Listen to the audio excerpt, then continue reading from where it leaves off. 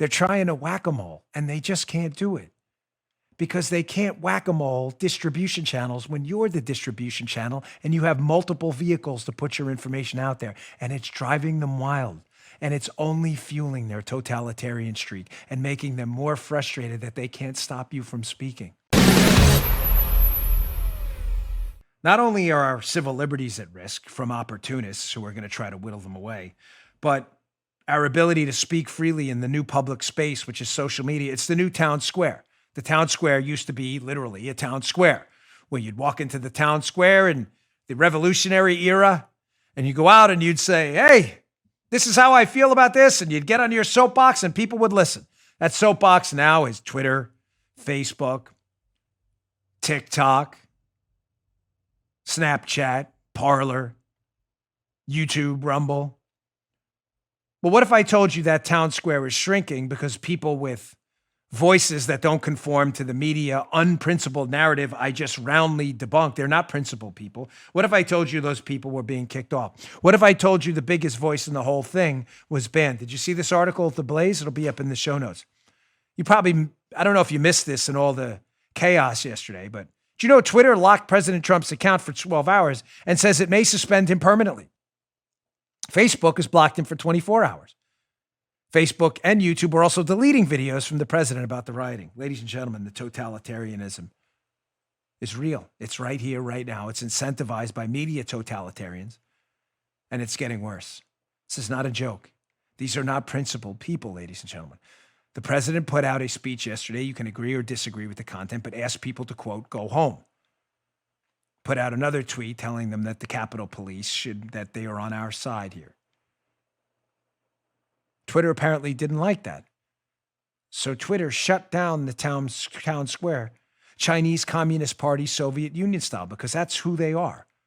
That's who Facebook is too. And I'm warning you, and sadly, here's the bad news. You heard it here first. I'm warning you, this is going to get worse. The purge on Twitter and Facebook will continue.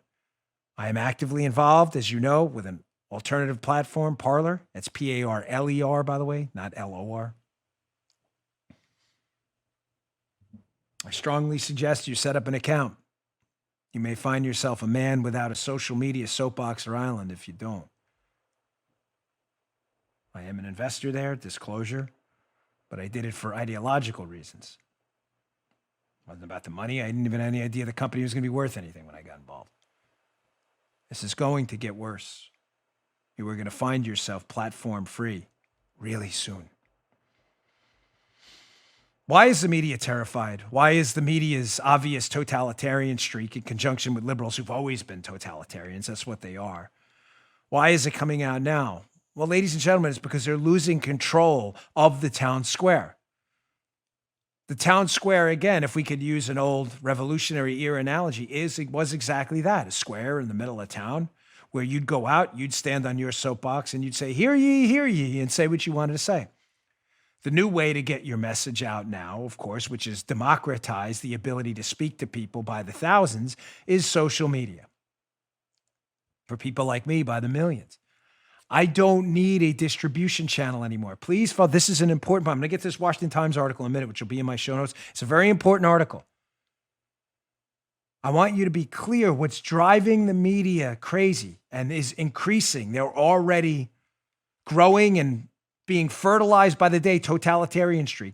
What's driving them nuts is the media used to own the distribution channels. The distribution channels for information are the public square. What do you mean distribution channels? They would own actual TV channels.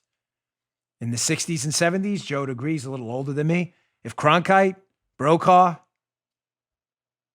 Jennings, and others didn't talk about it on the nightly news, it didn't happen.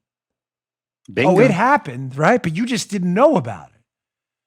Then we had cable news and other distribution channels outside of ABC, the big three, NBC and CBS appeared. First, you had CNN, which parroted what ABC, CBS, and the other one, what ABC, CBS, and NBC were saying. But then you had Fox News, and you had another distribution channel. Well, all of a sudden, a fair and balanced approach, to use their motto, started to surface. But even Fox News owned the distribution channel. Those distribution channels are voices and are the town square. But that's breaking down too. With the advent of social media, Parler, Rumble, and other alternative platforms, you're the distribution channel now. You don't need cable. You don't need TV. And you certainly don't need Walter Cronkite or his successors. Look at this article in the Washington Times. It's fascinating. It's about Fox News and some of the competitors, but it's more than that. It says, will the streaming revolution overthrow Fox News and mainstream media in 2021? By Gabe Kaminsky. It's worth your time. I'll put it up in the show notes. I'm not just putting it, my name is in there. It's not why I'm posting the article. Hey, look at me. It's nothing to do with that, I promise. But I talk about my show and how the digital revolution has created distribution channels everywhere. You stomp one, that person reappears in a different public square later. Snuff Dan Bongino out on YouTube where they demonetize their videos all the time. I just moved to Rumble where we don't discriminate based on ideology.